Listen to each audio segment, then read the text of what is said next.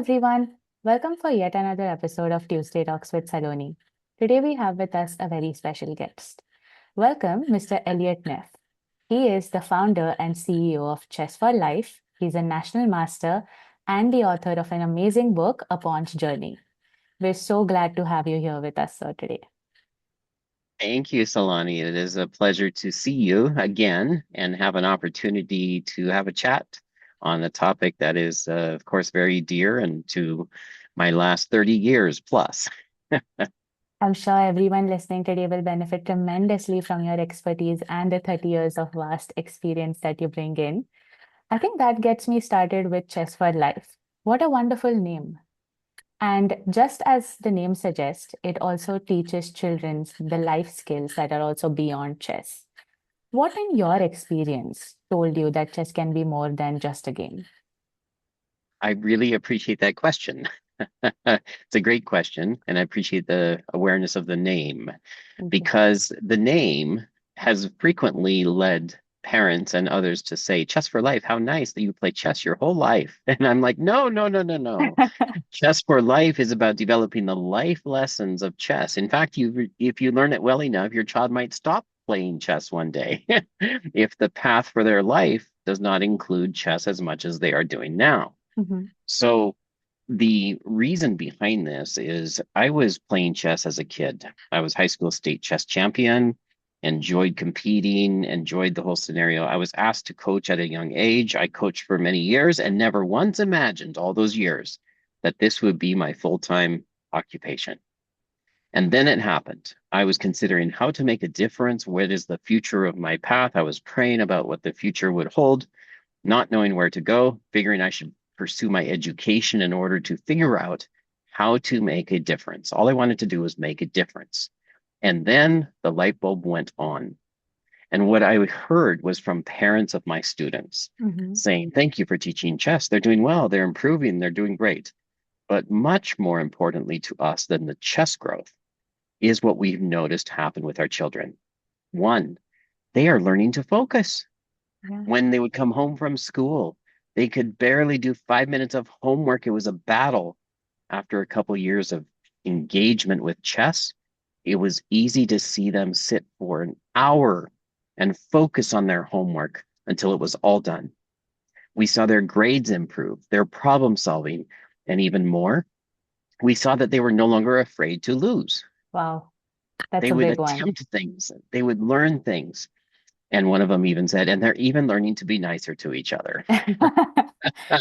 Yeah, I think those are some fantastic life skills that you highlighted, right?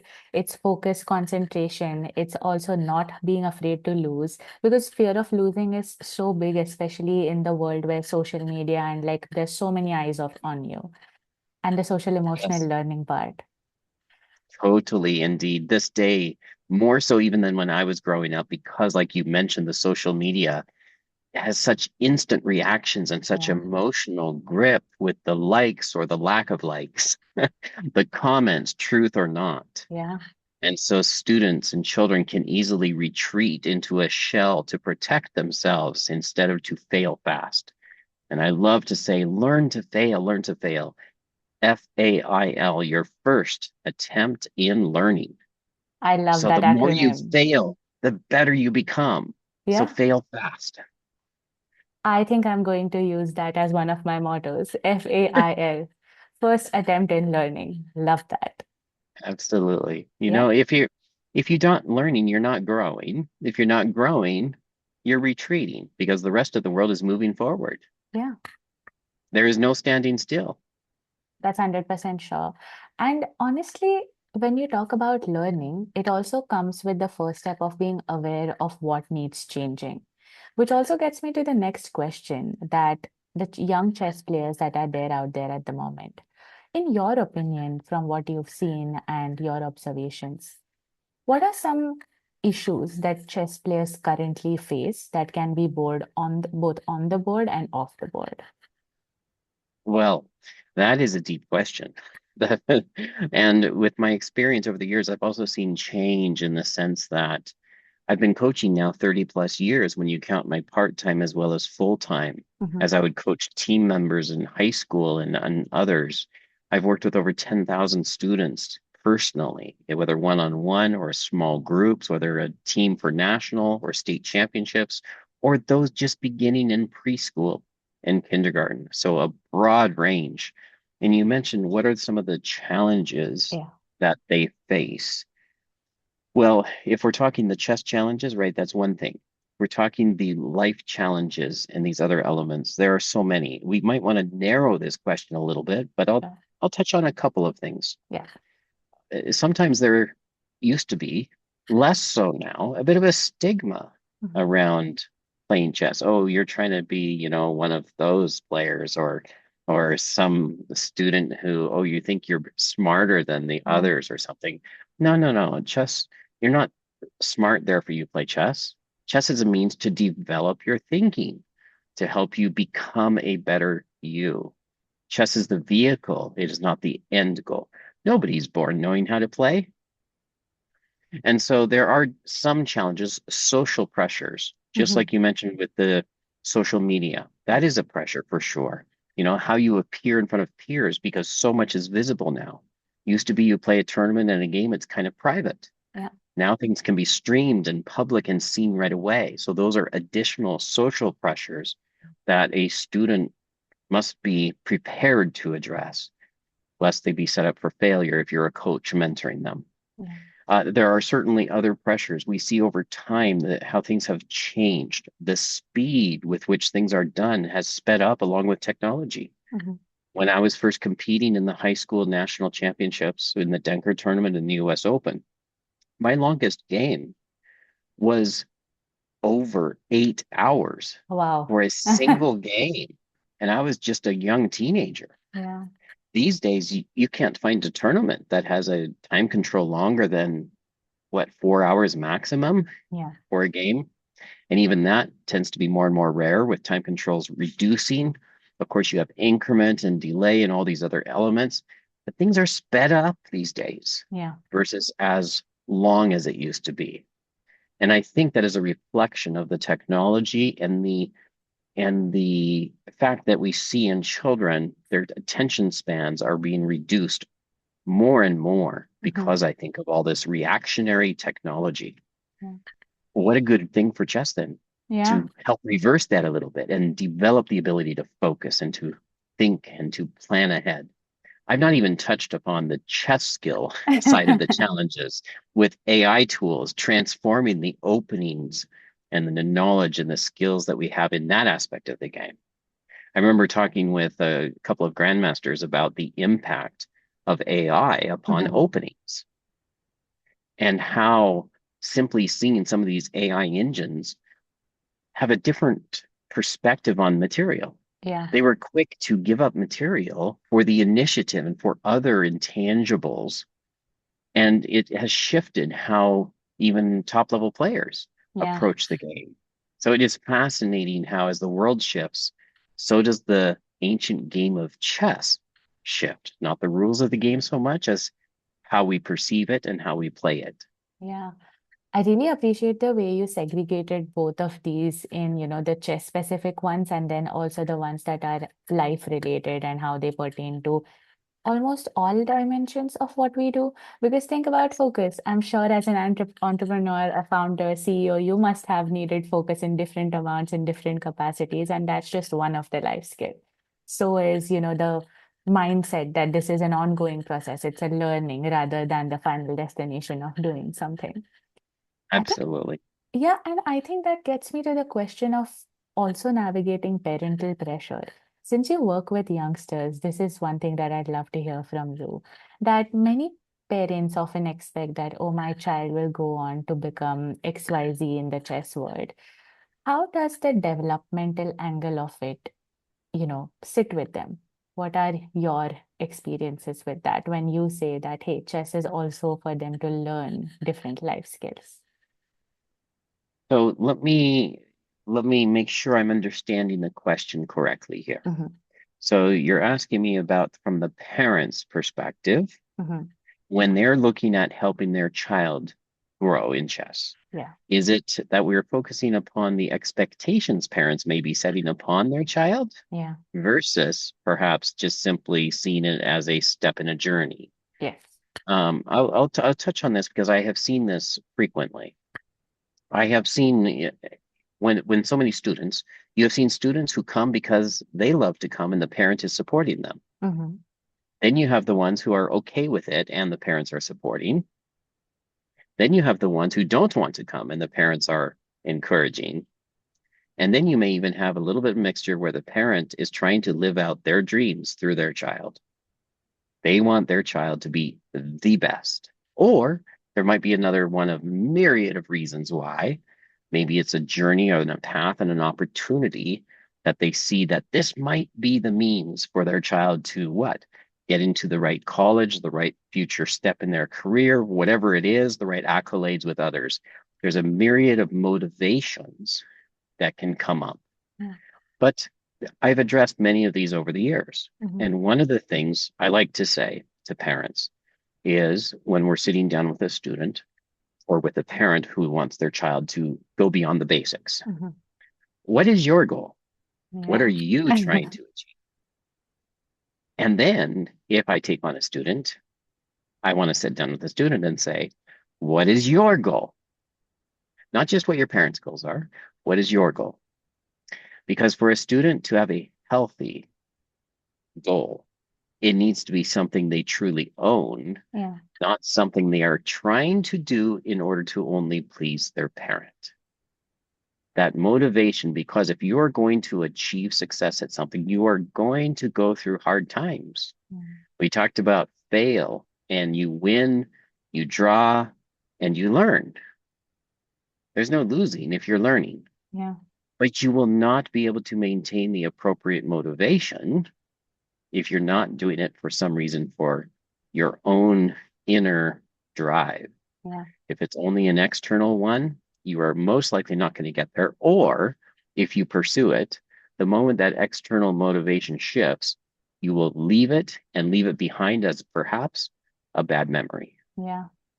I think what So you with just, these, sorry, go on, please. yeah, so with these motivations, excuse me, I like to just get clarity. Mm-hmm. And I like to share that I am not here to make your child the best chess player. Mm-hmm. That is not my motivation, it is not my purpose. I will help them pursue their potential, Yeah.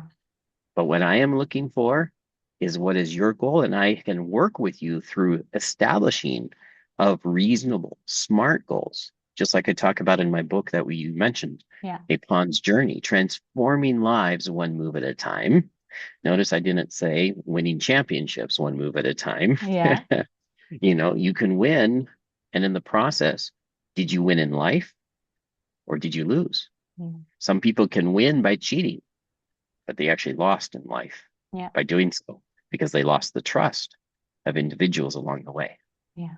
And so understanding these differing motivations is very key. And at the same time, as a coach, understanding the different age group of who you're working with. Yeah. Young children may not be able to go as deeply into that self-reflection that a middle school or high school student could. Mm-hmm. And so finding the appropriate balance is a mark of a great coach, someone who understands the student and the unique abilities, their strengths, their weaknesses, and how to draw out the best in them, to inspire them to greatness, not to force them. Wow, that was incredibly insightful from so many different perspectives. For those who are parents who are watching, for even coaches, the message that you gave. I think what stood out to me a lot was also the words that you're using. The way we message to young children is so important.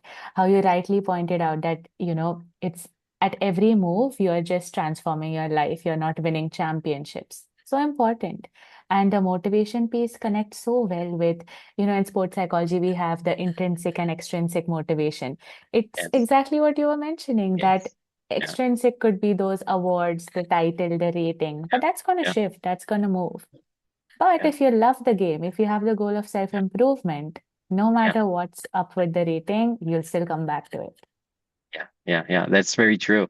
And it brings to mind another element that I like to talk about, which is the length of time in which you are measuring your progress matters greatly. Hmm. Because if you think about it, at the shortest end of the spectrum, every move can result in emotional up or down. As you find good moves or overlook something, as you're surprised by a move or it plays out the way you thought it would go.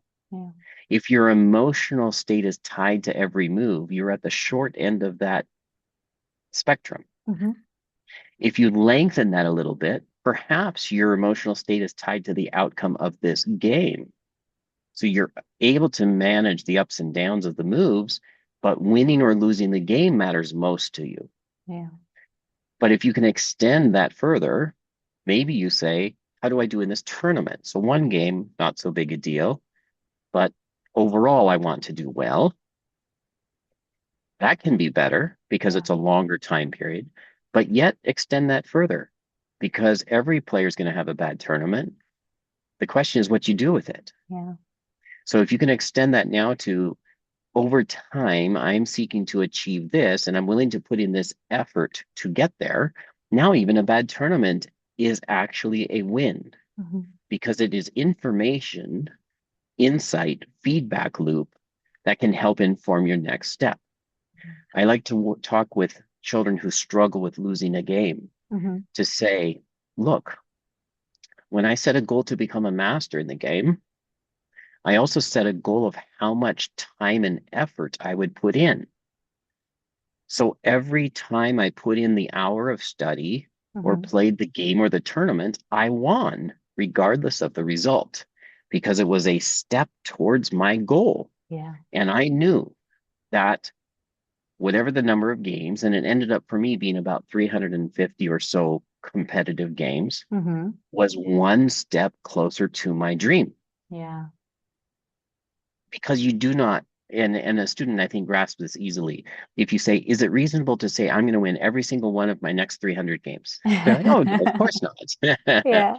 Well, if you're not going to win all 300, then are the games you lose games you shouldn't have played? Or did they actually help you learn something? And if they helped you learn something, then it was a win. And Yeah. that's why we have win, draw, learn, because every one moves you closer. Check the box off. One step closer to my goal, regardless of the outcome of the individual game. So what then matters is what can I control? You cannot control the outcome of certain things, Hmm. but you can control the inputs in many cases. Yeah. So what are your inputs? What are your habits? What are your healthy habits you form? What are your routines? What is your thinking process? And many other elements like this, all of which, if applied well in a chess game, you can, in many cases, consider how they also apply in life. Yeah. Because to succeed in setting a big goal in chess, persevering through to the win, the habits you form along the way, if they are transferred and become transferable into how you approach life, can be very, very good. Yeah. I All of your answers are so insightful. It just gets my wheels turning in directions of, Thank you you. know, how everything connects so well together. The part where you highlighted that process and performance goals are just as equal, if not more important than outcome goals, because it's a balance.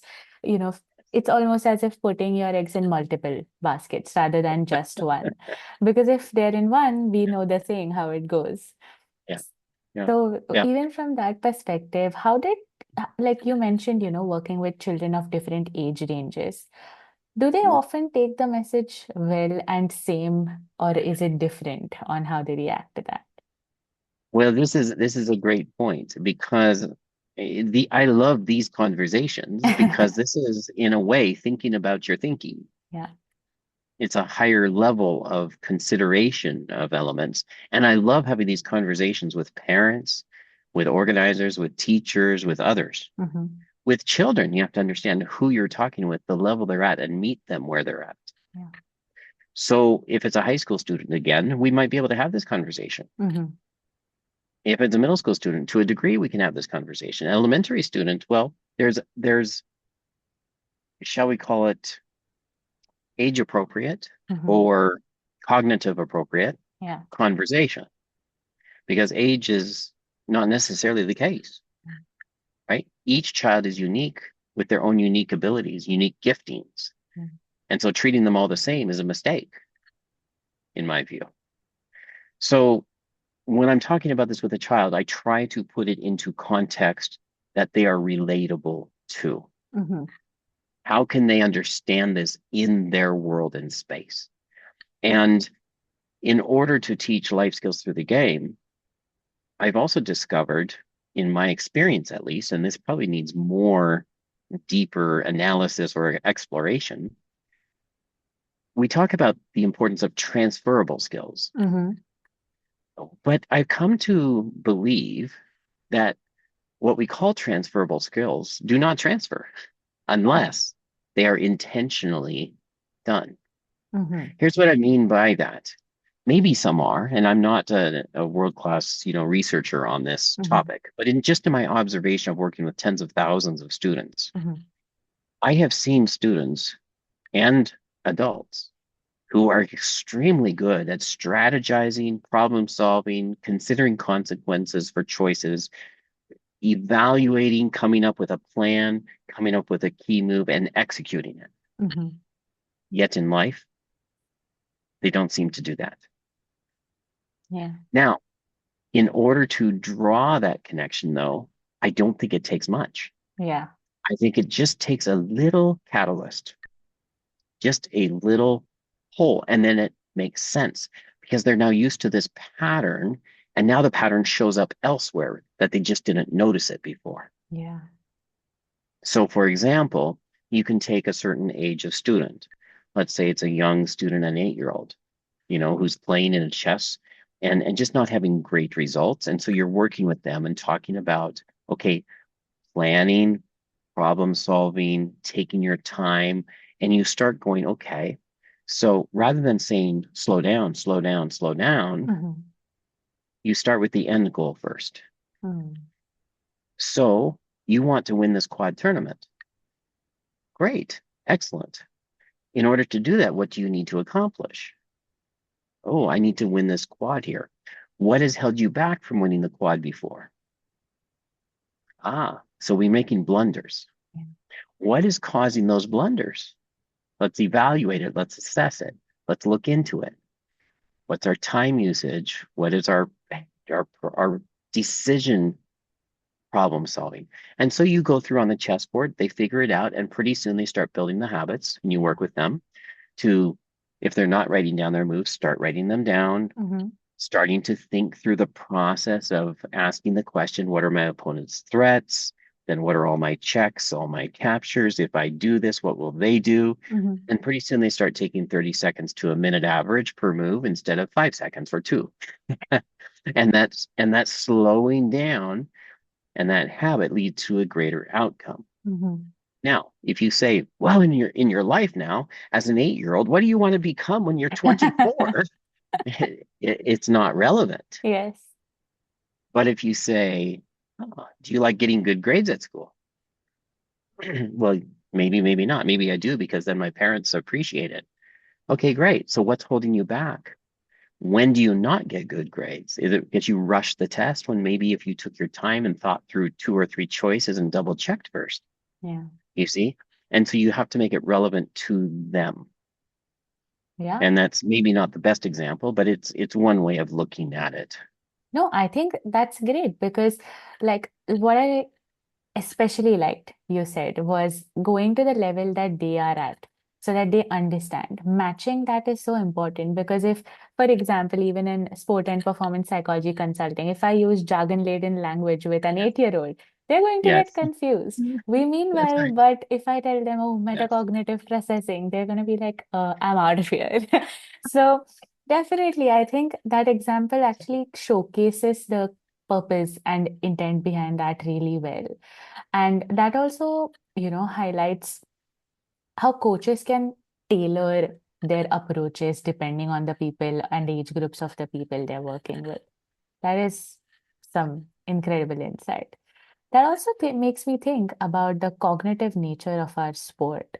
ours is a mental sport, very unique. Yeah. How do you think is it different, and especially from a psychological point of view, the demands of it different than other sports? It's another great question because chess is considered a sport, Mhm. yet obviously is a mental sport, Yes. except when you do like chess relay races and things like this.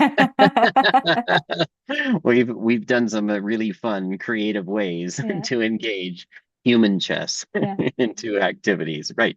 But we're talking about this cognitive aspect and the psychology, right, of the play versus psychology in physical sports and yeah, such. Um, this this is critical. In fact, I even talk about this in my book, and that I know we weren't here just to talk about the book, but I ended up writing into it some of these things. yeah. One of our 10 life skills we talk about is the can-do attitude. Hmm. So if you think you can, many times you can. If you think you can't, you're always right because you will not try Yeah, the best you can. You see? So how we think about something is critical. Now, at the same time, if you think you can hallucinate hmm, because you're not then paying attention to what is in front of you and all the other aspects you should think about. yeah, But yet your mental state of how you think about it is critically important. There is no one that I know who has gone into a high level match and won the match while thinking I'm going to lose. yeah, yeah, You must go in fighting for, expecting for, visualizing success. yeah, But yet, and here you talked about some of the motivations earlier. What is our motivation is really, really critical. Because if we focus upon an outcome, we frequently set ourselves up for failure. yeah, Now, that might sound strange at first when we're talking about you must think you can. But what I mean by that is this: a student who focuses upon winning the trophy does not do nearly as well as the student who focuses upon the inputs that they can control that lead to that trophy. yeah. My dad gave me some advice back when I was first playing tournaments, which I thought was some of the best advice. He was not a strong chess player, although he Hmm. really kept trying. Yeah, And he loved playing and competing and trying.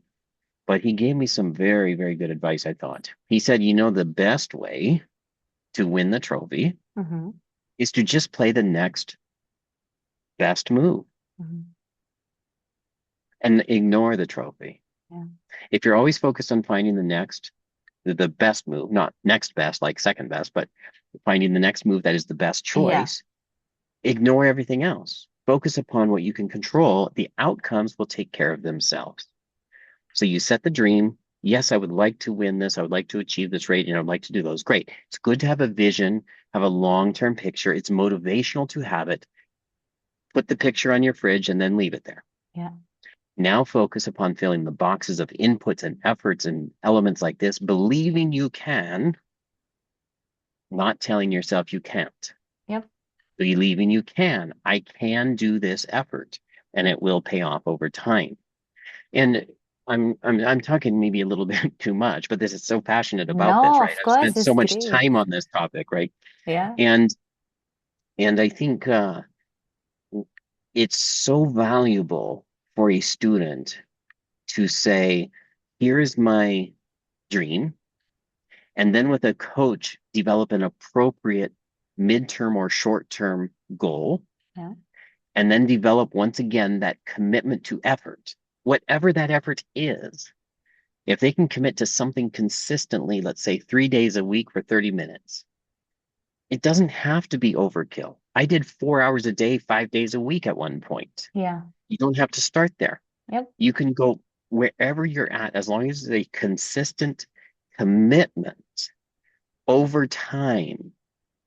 That to me is one of the most valuable life skills and habits you can develop.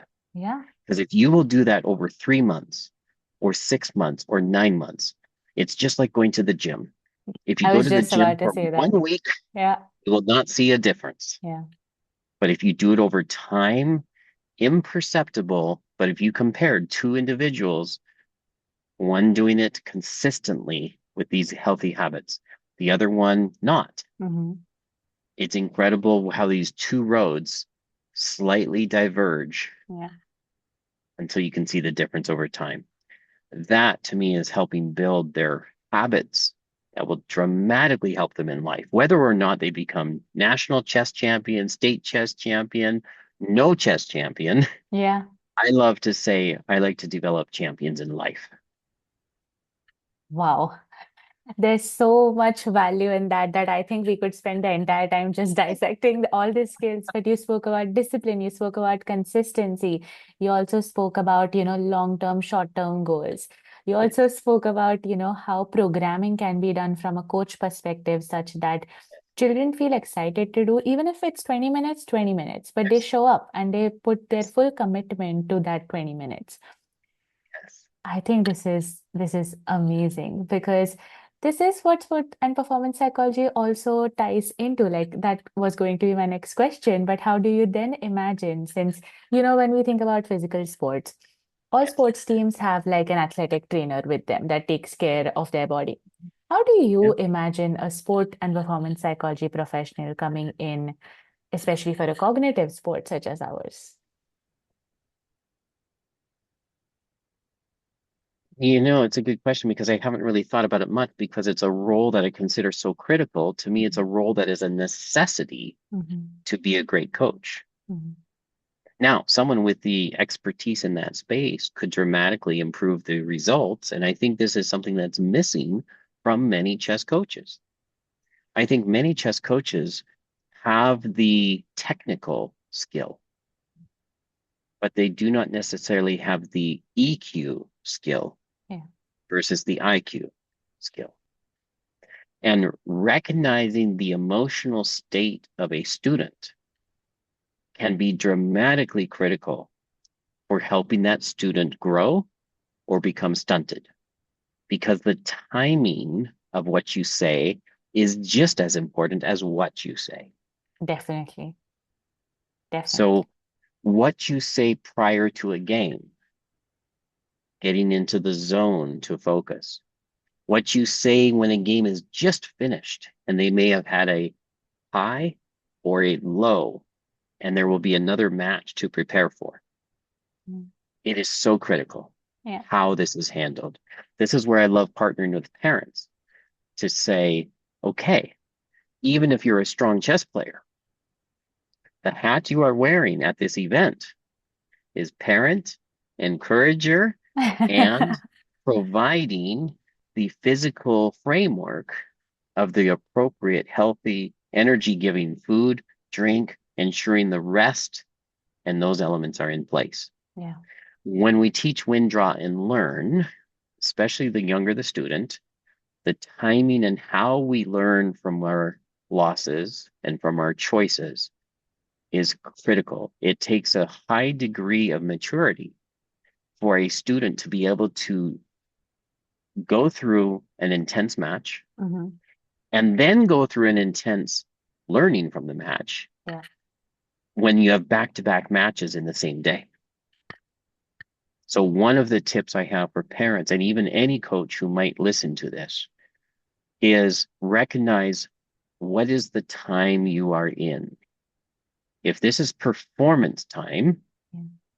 as a coach between matches, the only learning that is necessary is if there's one tiny thing that may apply to the next game.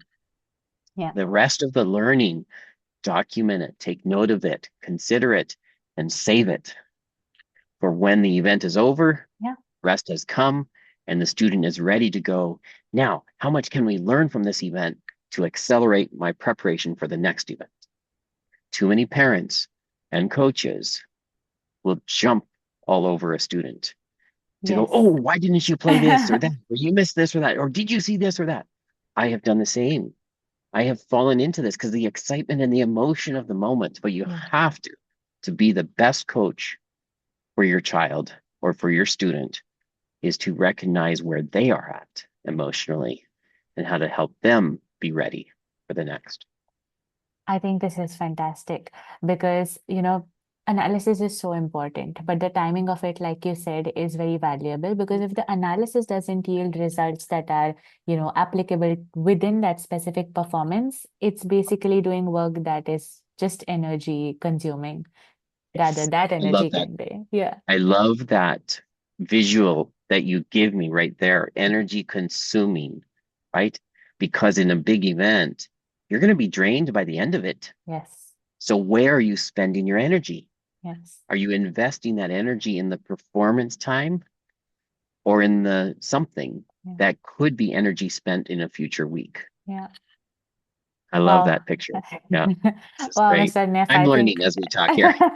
I was just about to say the same thing. I wish that this conversation is like always running because this is so Yes, lovely. yes. But I do want to be respectful of your time. So, my final question would be, what is the one message that you would like to leave our audiences with, especially chess players who are hoping to grow and reach the next level? What are some things they can remember? We could talk again for a long time on this, but I will try to give something brief. Sure. And I would start with the player. And this is probably applicable even to parents and coaches as well, though. Mhm. Consider how there is speed chess, classical chess, long games. In life, you're always playing a long game. Right. So make the long decision as the more important decision. How is this choice going to help me long term? As a player, don't get caught up in the quick trap in the game. Think about the long-term strategy. Assume the opponent plays the best moves. What is the strategic decision in your goal setting and in your habits? Think long-term. Is this going to help me in the short term? Or as a question that I think anybody can ask, you would have to put the time frame for the appropriate young player, in 1 year from now, will I be happy with the choices I'm making right now on my practice and my study and my play? Mhm. The older you are, the longer you can extend the timeline. Yeah. 5 years from now, and I look back, what would I think about the decision I'm making right now? And I don't mean your game move, I mean your habits, your intent on putting your time and effort into study and practice. Mhm. Are you making short-term moves that feel good or give an instant gratification? Yeah. Or are you making moves that over time add up to the big wins, the long-term value? Yeah. As a parent, remember that chess is but a game, even though a great one. Don't make it life. Make it an analogy for life. Your goal in chess can be to give your child an amazing, and I believe chess is probably the best game, or at least the best game that I know of for developing so many life skills. Mm. Any game, any sport can be used to develop life skills. Yeah. I have not found a better one than chess in so many ways because you don't have the limitations of physical Yeah. requirements. And then on the cognitive side, you have this balance between pattern and unlimited possibility, Yeah. where you have to make decisions with uncertainty, which is a great skill to have, and yet trust with the outcome and then evaluate the new information that comes every move. Great skills to have. So as a parent, think long term. Mhm. What are you really looking to achieve with your child? Yeah. Foster an interest, help them grow, help them build the life skills. You may have a chess champion on your hands, but don't make that your only and primary goal. Because in 20 years, looking back, what would you want to have said you did? If they've got talent, of course, support it. Yeah. But I have seen chess players who became master level and beyond who quit chess as soon as they could Mhm. because it was not. And what do you want? Do you want the relationship with your child in 20 years and see them flourishing in life? Yeah. So think about that. As a coach, same thing. What are you thinking about? Are you thinking short term, how my team can win first place? Or are you thinking in 20 years? What is the respect and legacy you have built by doing things well, Yeah. by building the right foundations and investing in these children's lives? Because if you take shortcuts to help your team win a short term trophy, what happens to their reputation? your reputation, and their future trust and the doors that open or close because of the decisions you made. Now, I know those are weighty questions, not so directed to the tactical way of coaching Yeah. necessarily, but I think if you start with the vision and the foundation of values, then layer upon that the strategies for achievement and tactics, Hmm. then you have a healthy structure. Yeah. If you start with the wrong end goal, short term, Mm.